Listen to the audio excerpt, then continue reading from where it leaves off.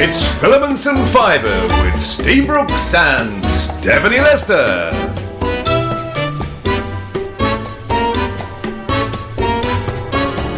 We're back. We're back. Oh dear, two old fogies and a bloody pair of microphones. Oh, I've missed this. I've missed it. Now, listen. It's 29th of July when the last did one of these. How much has happened since then? If we were Catholic, we'd be in real trouble. We would. Because it's been 2 months since our last confessions. And this is what this is. For those of you... Now, do I sound echoey now? Am I all right? No, you're all right. I'm all right, okay. You're always loud. For those of you that have never listened to this before, what this is, because you might not have done, I don't know where you've been. Brace yourself. Brace yourselves, yeah. Hold on to whatever's firm to the side of you. And if you're sat next to a man... Oh, God, it started already. Yeah, so basically, this is just our look at life, isn't it? Just... Well, we basically comment on life as it doesn't pass us by because we do join in, don't we? But life wouldn't dare pass us by. We just love to comment on it, really, don't we? Yeah, and people worry, I think, when they hear us with our bantering together because it does sound as though we're probably on the verge of breaking up daily, on a daily basis. Fuck you. Which we'll come on to later. Why that's our new mantra. Really, isn't it? Fuck you. But basically we love each other to bits. We do, and we just thought it would be nice to air our look at life with you. So you can catch up with the rest of these podcasts on your podcast supplier. Yeah. But because we've got so many weeks since we did the last one, we've got a bit of catching up to do. We might have to do a double one. Well, the thing is, not too bad because we probably can't forget most of the things we were going to talk about anyway. No. They would have passed us by, but we've got our normal crib sheet of some of the things. God, is it that long? I know. So let's start off. When you reach a certain age, you want to get things done, and I wanted a tattoo. Oh, For years I'd wanted a tattoo, but because of my involvement with the media over the years, I decided it wouldn't probably be appropriate for me to have ink done. That's the phrase, ink done. Jeez. When I was working with BBC and everything. So now, with my love of Greek mythology, yes, indeed, my right arm is now shared by Zeus. It's beautiful. It's a beautiful, isn't it? It's a beautiful one, Zeus.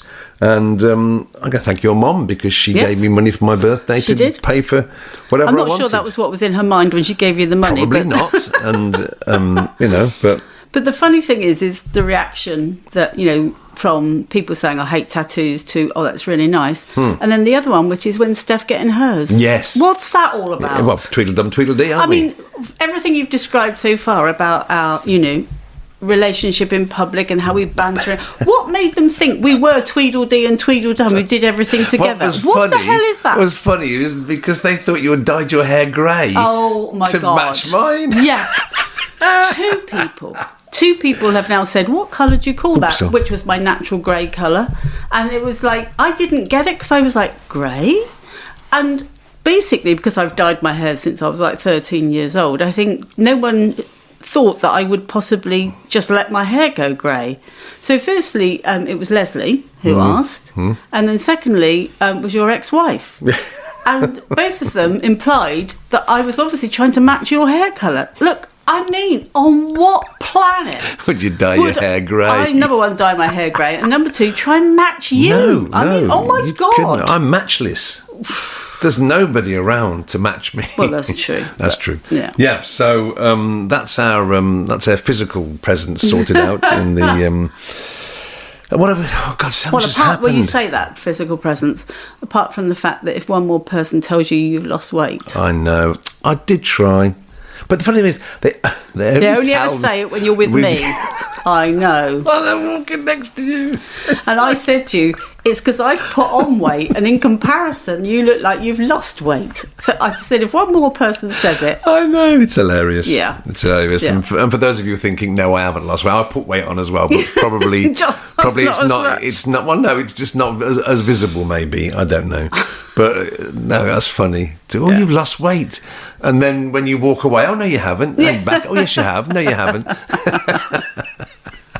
Anyway, so the big news that's come about over the last few weeks is the impending move.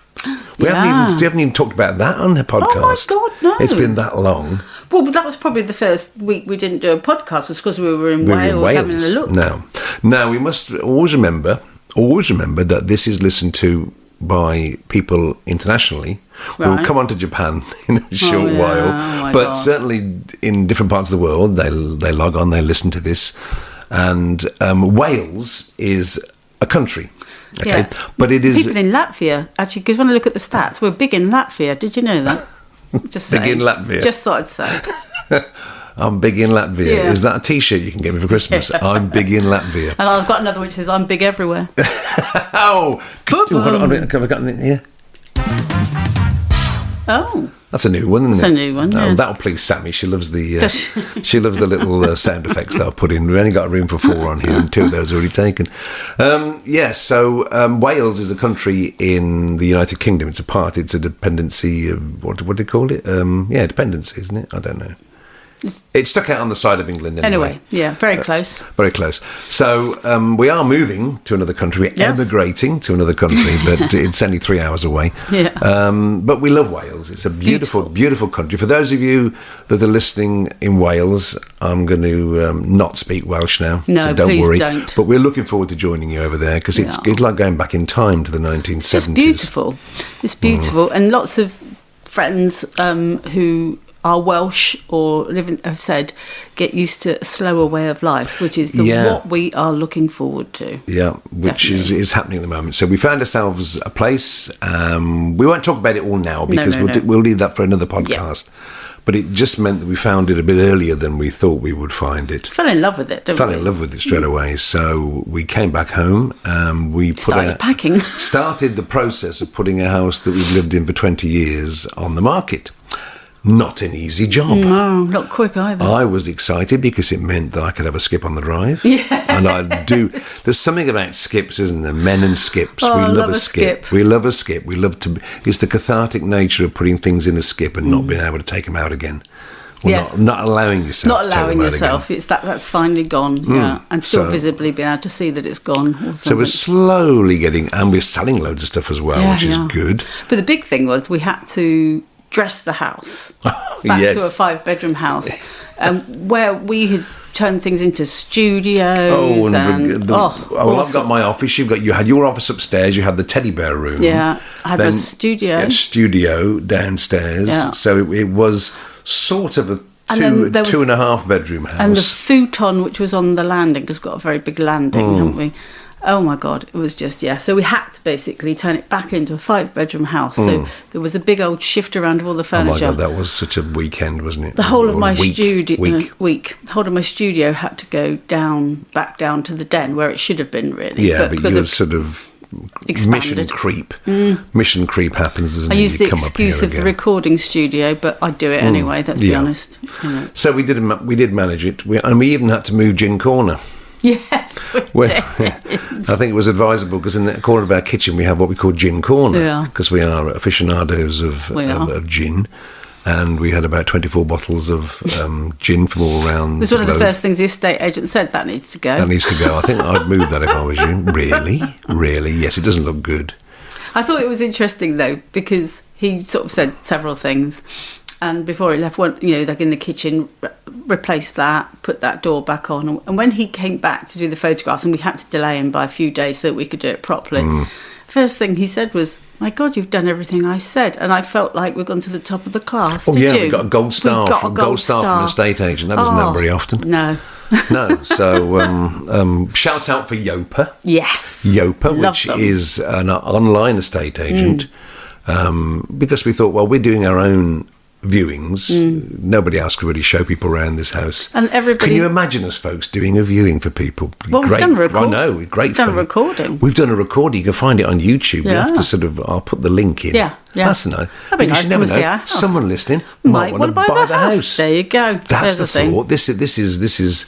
I never thought about using this podcast as a advertising the sale for the house. But also, the thing about Yopa being an online is that most people these days start their search for a house online anyway. On Rightmove or 'Cause you don't walk into an estate agent anymore on the high street, do you? Well, we couldn't in Wales. No, They we were couldn't even let behind us the glass. in. They were banging at the window, let me in, and they thought, oh God, the English are here. Yeah. The English are here, and keep them out. So no, you can't just walk into estate agents now. No. So, and you can't in some parts of the country. We found out in England, you can't view houses until you've sold your house. At least got a buyer interested in yours. It's on the market, you've got to buy. You can't just wander around being nosy, which is what a lot of people like to do. Which is quite nice because it means you don't get hundreds of people piling through the house and, only people are really interested. So it's still in the midst of clearing out and everything. I've done the attic out. I know. The loft. God, that was a joy. God, yeah.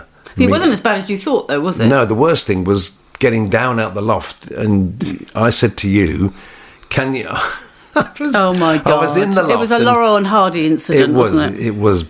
Oh God! It was not quite as the time when I nearly garroted you in Joe's house. Oh yeah, with the piece of furniture. You got me trapped with a chest of drawers with my neck against the ceiling. Yeah, and just proceeded to go blue. No, I wasn't blue. You just laughed. Oh, well, that's true.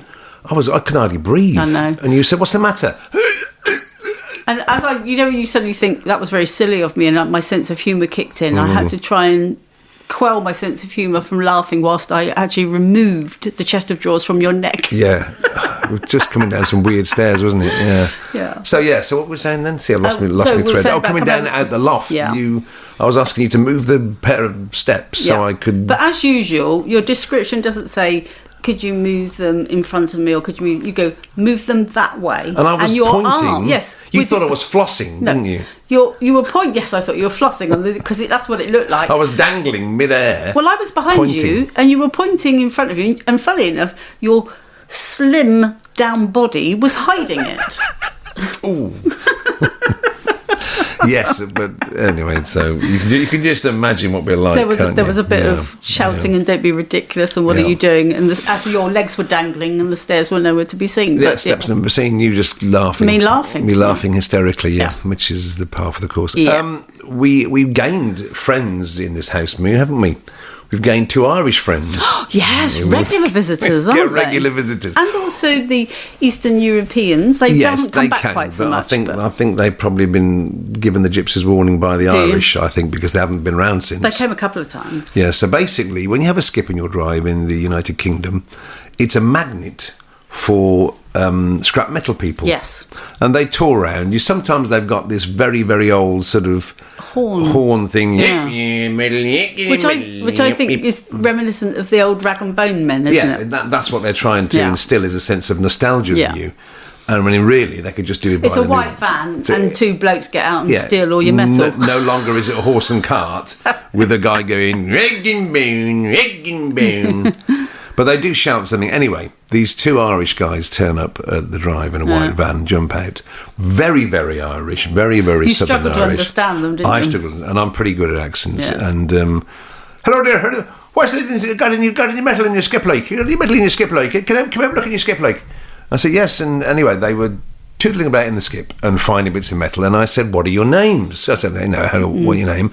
And there was this pause where you could see they were making up names for themselves.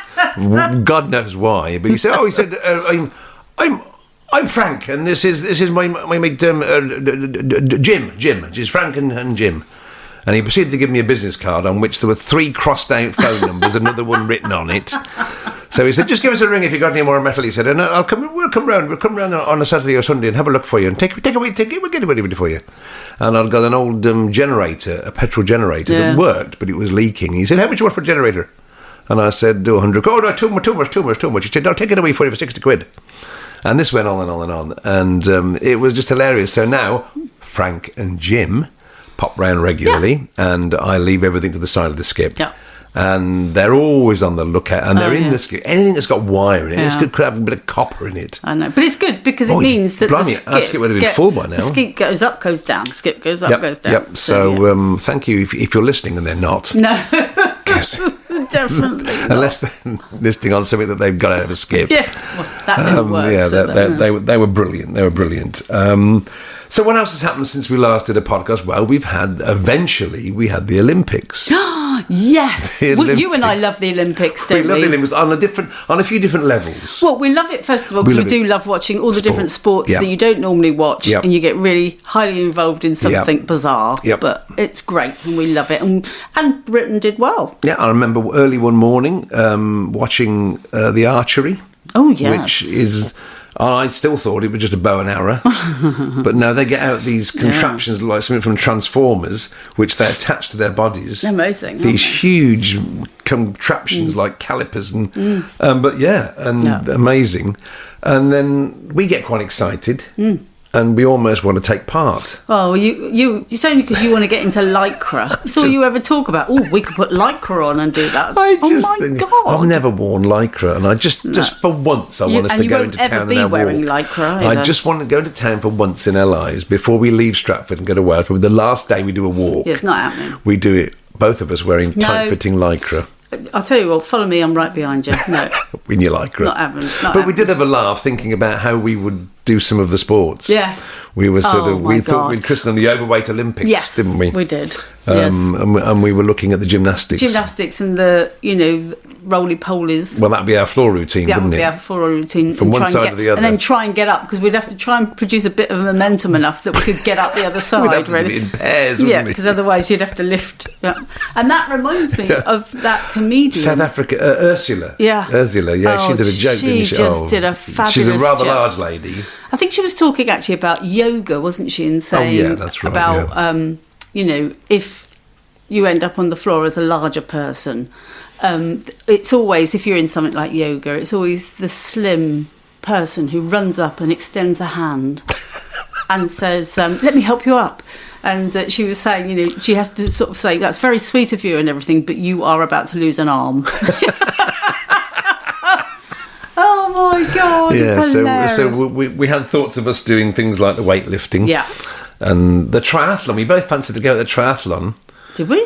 I think we did, because there's three elements, isn't there? There's the swim, or in my case, the sink, and then there's I'm not good in water either. No, we could sort of tow each other along. Do the cycling. The cycling, but can you? There's a slight incline of about 0.1%, so you'd be buggered there, wouldn't you? Yeah, downhill's fine. And then there's the jog at the end, or run. It'd be the walk, wouldn't it? Yes. Popping into Tesco Express for a Mars bar on the way, just for a bit of extra. Yeah. But yes, because the what they call the refreshment stops they have don't really do it for me, really. They should be having train subscriptions for that. Oh, actually, no. I know this is going off tack and off the list. Is it? But going back to one of our previous podcasts where we talk about weight and processes of losing weight. Oh yes, your weight loss program. I read one the other day, and it was talking about your age group, and it was things called about different fastings that you could do, and it was like the younger person, it was like you eat and then you don't eat for days at a time. And when it came to my age group, this is brilliant. Okay, I just thought, I'm going for this. This is fantastic. For 8 hours, I can eat. Yeah. And for the next 16 hours in that 24-hour, I can't eat. Well, you'll be asleep then, anyway. But the thing is, what it means is I have to eat for 8 hours. No, I don't think it means that.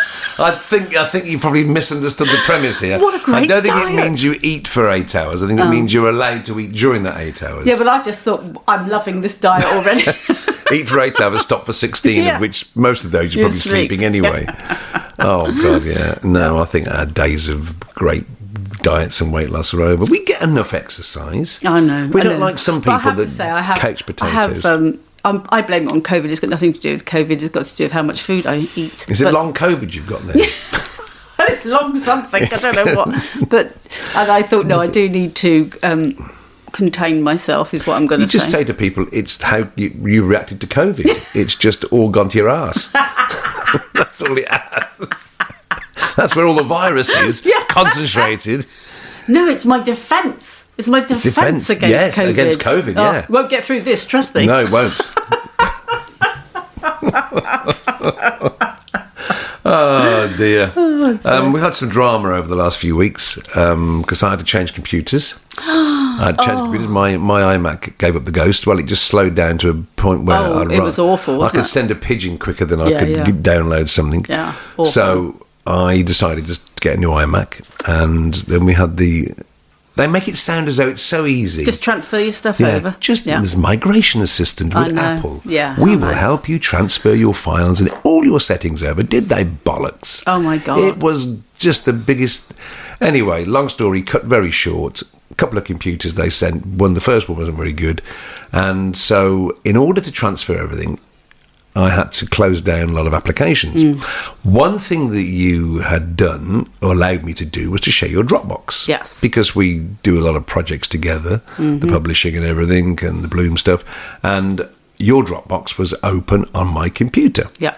So the idea was and it was taking up space on the computer. Huge, and I didn't want to take it all over. You've got like a terabyte of Dropbox, and I didn't want to take all that over.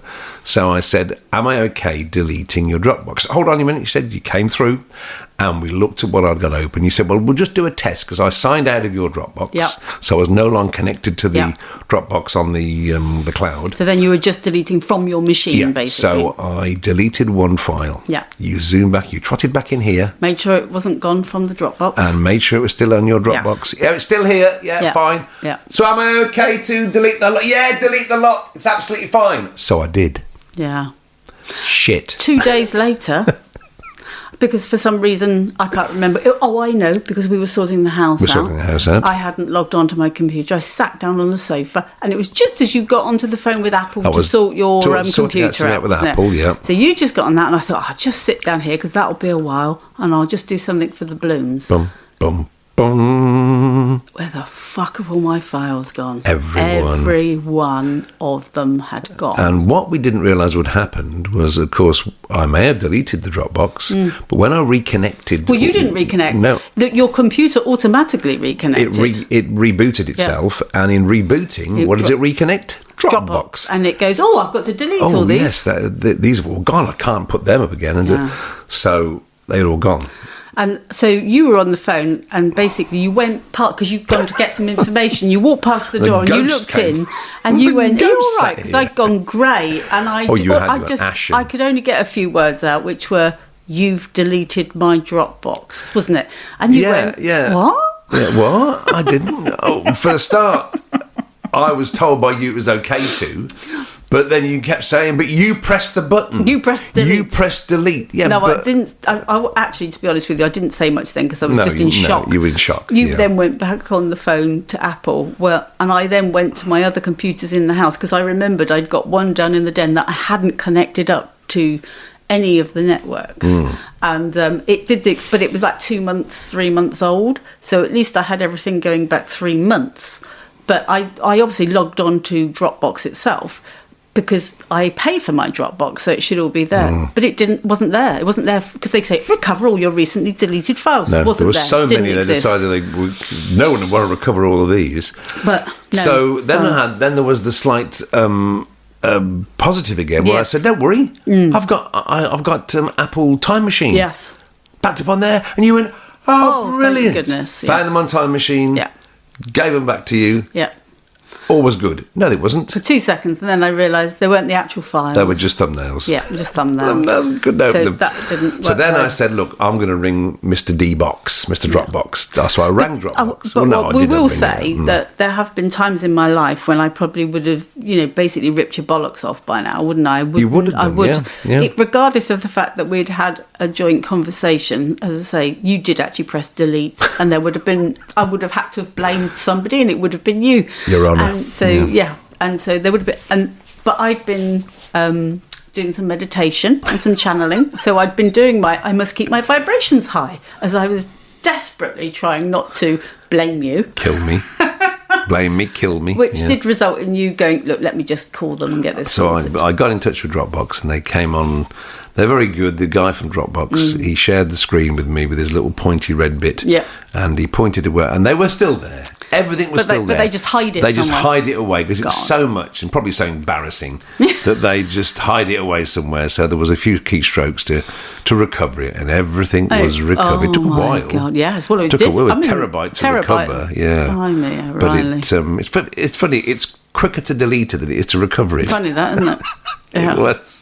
Yeah. Well, you got it all back. So Yes, that was. yes. We'd forgotten, just going back to the Olympics, there's a new Olympic sport, isn't there? What? For the next Olympics that we'd forgotten that we're going to include, and it includes one of our friends, Julie. Yes! Yeah, the Olympic sport is the Olympic sport of bollock cupping. Yes! Take it away, Steph. Wow, this was impressive. So it was a fabulous day where Sammy, Julie and I met up in person at an art show in Newbury. Oh, nice. And we sat down. It was there was some funny incidents at the show, as in the lights kept going out, so it wasn't that conducive to looking at art. I'll probably press the delete button, had I? Yeah, probably. And we were sitting in the cafe where the cafe couldn't serve us coffee, even when the electric did come back on, because the tills didn't work. And even though they could serve, it was one of those things where you think, I think you might need some customer service training. But anyway, we'll carry on. So we sat down with our 3 glasses of water, and Wow. yeah, I know, excitement, woo, and chatting. And as the 3 of us were recounting many of our stories, Julie was excitedly telling us a story and waving her arms about. And just at the point at which her arms flung out to the sides with her hand cupped behind her, an elderly gentleman walked past. And she basically cupped his bollocks perfectly. So, I mean, it was... And people went 10, 9, 10. Hilarious. So there was the initial... Perfect there from Rothel. She's cupped those bollocks with such precision. And she held on to them for just the amount of time that was needed to get the judges to see it. And there we are. Yeah. So over to you, back in the ring, Stephanie Lester. So the hilarious thing was obviously that the initial hilarity around that, and then he'd gone up to the counter for his free glass of water, obviously. I needed one. Needed yes, more than to water. recover. And Julie had her back to where he'd been sitting, so she was obviously just like laughing and going, "Oh my God," and obviously talking about the incident embarrassingly. And what she hadn't realised was his wife was sitting right behind and heard every word. God. So then she went through renewed embarrassment and everything. But it was hilarious, and just the sort of incident which makes my day. Really. So a gold medal for Julie. Yes, there. Gold medal in bollock cup. Oh, I mean, I feel like that is an Olympic world record which will be there for many years to come. Yes. I mean, I wasn't there to witness it. It's a real shame I wasn't. Yeah. But apparently the actual, the whole thing was just perfection. Perfection, yes. Well, there we are. So look out for that sport of bollock cupping at your next Olympics, which is in 3 years' time. Yeah. And we've had more drama of a motoring sort. Oh. Yeah. You're trying to get it out of your head, are you? Yes. Well, the car, apart from my computer giving the ghost, isn't it funny how it always happens? Lots of things go at the same time, don't they? The car's been going a bit for a while. Yeah, I mean, we love the X-Trail because it's such a comfortable car to drive in, but it's no good having a comfy car if it keeps breaking down. And we had several instances where the car wouldn't, you get somewhere and then the car just wouldn't start again, wouldn't it? And they said battery or alternator, and no one really got to the bottom of it. And my mechanic, and I've got a very good mechanic, Atty, who said, it's fine, it's just one of those things. We were doing a show at Lamport, one of our craft shows, and it started, and twice over a period of 2 days, it decided to just stop. Well, it's sort of slowly closed down, didn't it, in a way? But basically what was happening was the car couldn't register that there was actually power in the battery. No. And when a new car realises that, it starts shutting everything down, like, your air conditioning and... Well, basically steering as well. Oh, yeah, the power steering went, didn't it? And you were driving at the time. I was driving. We got to the, thank goodness, the junction to get off the motorway, because we wanted to at least get off the motorway, didn't we, before we called the green flag. Yeah. And I said, oh, the lights have returned to normal. And then as the traffic lights went green, we went off. At that point, the power steering failed, and we went, no, we're going to be stopping now. So we pulled in by this lovely cornfield. Yes. It's lovely, perfect cornfield with just everything at perfect level. Yeah. Not a trodden piece of corn in sight. No. Steph gets out and says, God, I need a piss. I didn't say that at all. I think you did. No, I didn't. You got on the phone to Green Flag and everything, and I said, how long are they going to be? And you said, oh, they could be anything up to half an hour. I said, great, because I need to jump over this gate and unfortunately get and relieve myself in the field. Now, there's one part of that really doesn't ring true. What, jumping over the gate? It's the jumping part. No, there was no jumping involved at all. And the unfortunate thing, I was on the phone to Green Flag, so I couldn't video it. No. You did manage to climb over the gate. I did get over the gate. And he disappeared. Well, the trouble is that it was this field, but you still do that. Well, I realise that one is in the appropriate position, one's probably out of sight, but there's still this element of I am a rather large lady in very colourful clothing, and people will be able to see me from the motorway. In the middle of a sort of a sandy coloured cornfield. Yes, and you're just convinced that, the truck driver, which is on the M6, will see as if he gives a shit, But anyway, as if he could see what it was. Well, I know. But anyway, so it took me ages to find an appropriate spot. And then I came back, and you said when you saw me come back, it looked like I'd walked out into the middle of the field. It did. I was checking the local press for crop circles because I was convinced that you'd done so much walking around that you'd made this bloody big crop circle with this dead bit in the middle. But thankfully you were able. Now I just carry a cut-off pop bottle in the car. That's all right for a bloke. See, that's just me. Yeah. That's just me. So we had to get a new car. We had to get a new car, and not new. I say new, a newer car. We're never going to buy a different new car. one. Different one. So we've gone back to the Land Rover. I used to have a Land Rover. We got a Freelander.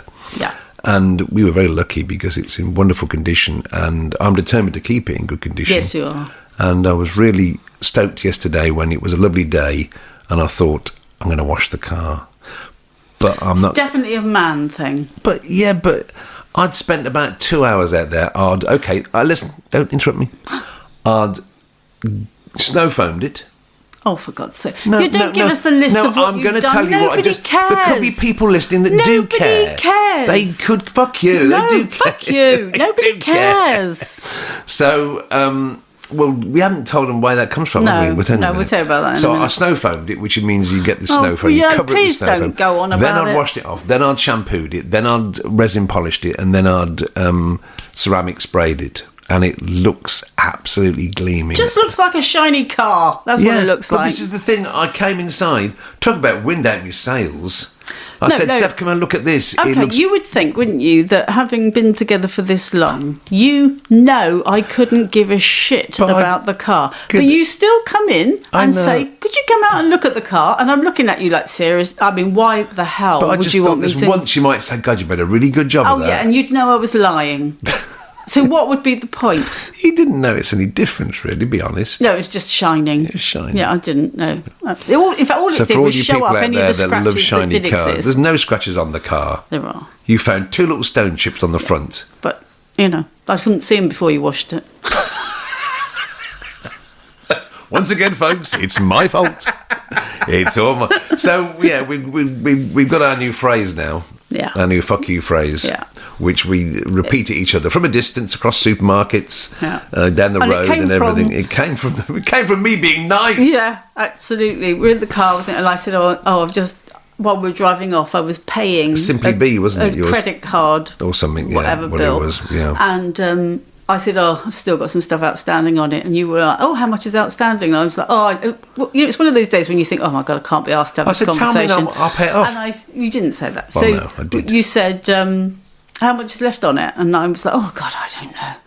And you went, no, but seriously. And I couldn't be asked to even think about it. No. So I was just trying to shut you down by going, oh, you went, for God's sake, I was going to pay it off. pay it for you. Fuck you. And that was it. It stems from, you being really nice. It starts from this really nice position, and then you end up going, fuck you. And it's like, right, okay. Just to put the record straight, I haven't paid it off for her. Fuck it. No. So fuck you.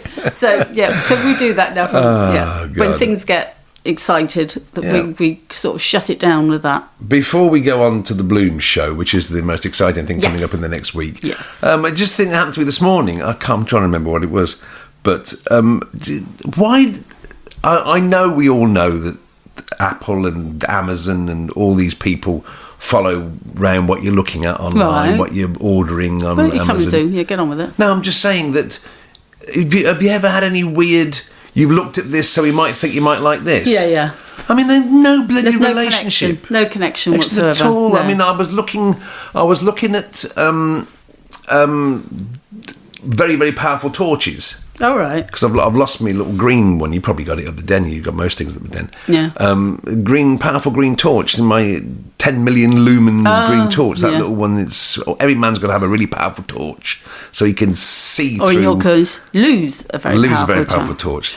And then there was a list of things. You've looked at this. We thought you might, and they were so bloody vague. There was nappies. There was. I know. Oh yeah. That's where that came from. Yeah. The 10 of men. I know where that came from. But there was the stairgate, the child stairgate. What? And what was the other thing? Like a massage pad for sciatica. Now, what in the world made them think that I was buying a torch? People do say though that Alexa listens to your conversations, and it gets reported back. And we do talk about sciatica a lot. Oh. No, you're a conspiracy theorist, aren't you? No, people do say that. I'm just Alexa, saying. do you listen to me? Yes, I can hear you. There you go. Oh, so God, the other thing is, does. But the other thing That's is, worrying, isn't it? You test it out and mention something that we've never talked about, an item, and then I bet you in a couple of weeks or even sooner it'll come up on Amazon.